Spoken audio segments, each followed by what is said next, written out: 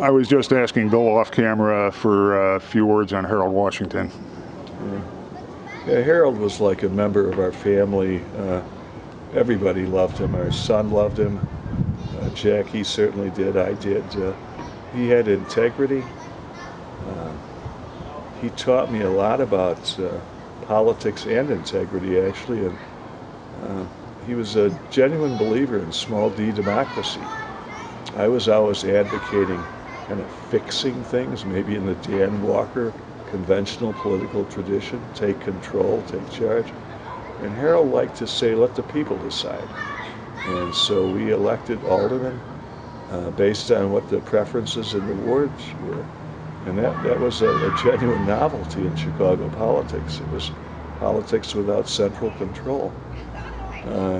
Sometimes the outcomes were less than desirable. We didn't always get the best person, but he was a genuine believer in that kind of politics.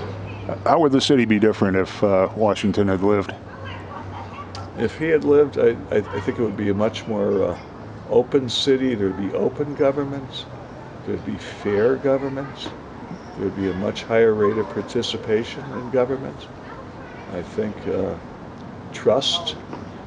Even in the opposition wards, when I went out on the Northwest Side with him, you get a sense of people that he was an honest man, fair guy, and he wasn't a machine pal. You know, machine pals are if you're not with us, you're against us, and it's reward and it's punish.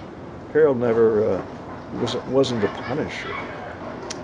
You remember when they did that secretly taped conversation that Harold had with Sam Patch and those guys? Yep. And they kept trying to push Harold into saying, what are you going to do?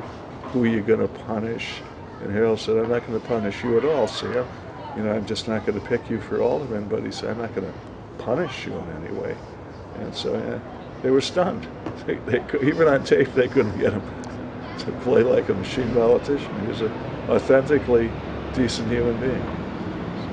Very bright. Loved politics. Lived for politics. I used to go over to his house on Thursday afternoons. That was sort of like the political conference day. And there were always 3 or 4 books, half open, half read. They were all about politics.